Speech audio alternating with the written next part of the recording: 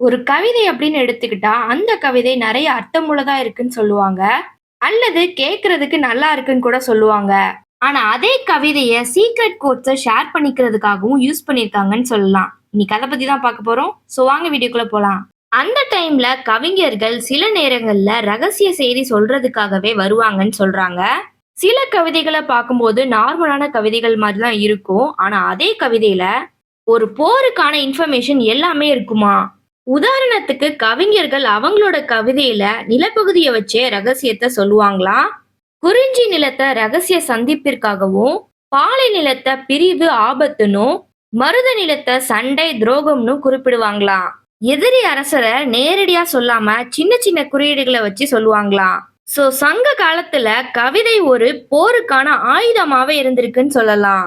இந்த மாதிரி இன்ட்ரெஸ்டிங்கான விஷயங்கள ரொம்பவே ஷார்ட் டைம்ல தெரிஞ்சுக்கணும்னு நினைச்சீங்கன்னா, டெய்லி ஃபேக்ட்ஸ மறக்காம சப்ஸ்கிரைப் அண்ட் ஃபாலோ பண்ணுங்க. தேங்க் யூ ஃபார் வாட்சிங்.